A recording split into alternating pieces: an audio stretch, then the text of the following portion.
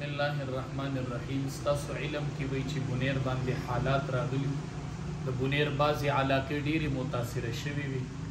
نو الحمدلله ډېرو خلکو تعاون وکړو، الله دې د ټولو خلکو تعاون قبول کړي. خو موږ ته د سواد دارالتقوا غالیګي د طرف نه 30 लाख روپۍ نقد تعاون د بونیر د متاثرینو دپاره هغه ماته حواله شو، زما لاس ته راورسېدو او انشاءالله مونږ به کوشش کوو چې دا مستحقینو ته ورسي. خلقو په مونږ علماو باندې یو اعتماد کړی دی او انشاءالله دا به روپۍ په روپۍ باندې مستحقینو ته رسي او دا مونږ ته راغلی دی د سواد دارالتقوا غالیګي د طرف نه.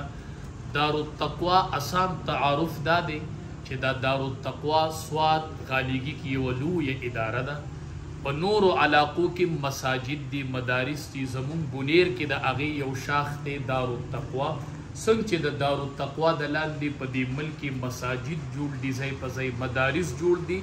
دا یوازې دا نه چې دي مدارس جوړي، مساجد جوړي، الحمدلله د غریبانانو مرسته کوي. تاسو به مخکې لیدلي 20 غریبانانو له د رشکو انتظام کړی، داسې ټیم په ټیم په هر مد کې تعاون کوي. نو اوس د بونیر په دې مشکل حالاتو کې 30 लाख روپۍ د دارالتقوا غالیګي د طرف نه مونږ ته راغلې.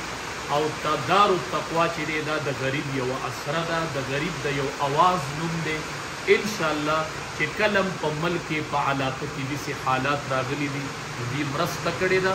تاسو ټول د دارالتقوا چې څومره ادارې دي، څومره مساجد دي، څومره مراکز دي، هغه په دعا کې یاد ساتئ چې الله یې ترقي او کامیابي نصیب کړي او الله دې مال جان عمر کې مزید برکت ورواچي او الله دې دا تعاون ډېر شلکه دی الله په 30 کروڑ باندې قبول کړي.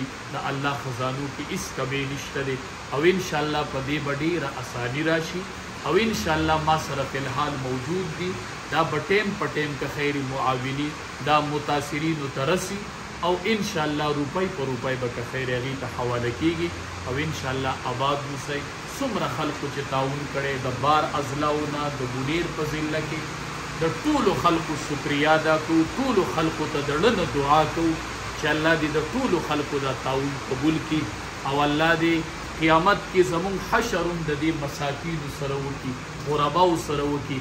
الله دې مونږ ټولو دپاره د آخرت د نجات ذریعه